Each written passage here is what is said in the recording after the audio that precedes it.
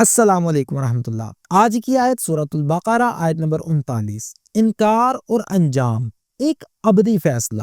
اعوذ باللہ من الشیطان الرجیم، بسم اللہ الرحمن الرحیم۔ اللہ سبحانہ و تعالیٰ نے ارشاد فرمایا، والذین کفروا وکذبوا بآیاتنا اولئک اصحاب النار هم فیہا خالدون۔ صدق اللہ العظیم، یعنی اور جنہوں نے انکار کیا اور ہماری آیات کو جھٹلایا وہی دوزخ والے ہیں، وہ ہمیشہ اسی میں رہیں گے۔ یہ ہے انجام ان لوگوں کا جو ہدایت کے باوجود انکار اور تکذیب کی راہ اپناتے ہیں۔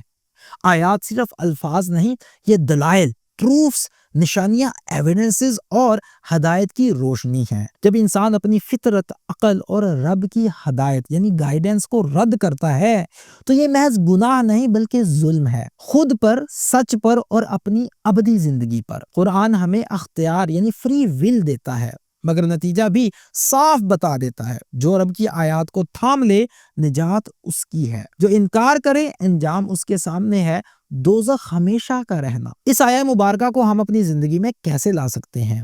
ہر دور کی سب سے بڑی گمراہی سچ کو جان کر جھٹلانا۔ قرآن کی آیات صرف سننے کے لیے نہیں، مان کر عمل کرنے کے لیے ہیں۔ انکار زبان سے ہو یا عمل سے، انجام ایک ہی ہے۔ رب نے راستہ دکھا دیا، اب فیصلہ ہمارا ہے۔ اے اللہ، ہمیں ان لوگوں میں شامل نہ کرنا جو تیری آیات کو جھٹلاتے ہیں۔ ہمارے دل، عقل اور عمل کو ہمیشہ سچائی کے ساتھ جوڑ دے اور ہمیں جہنم کے انجام سے بچا لے۔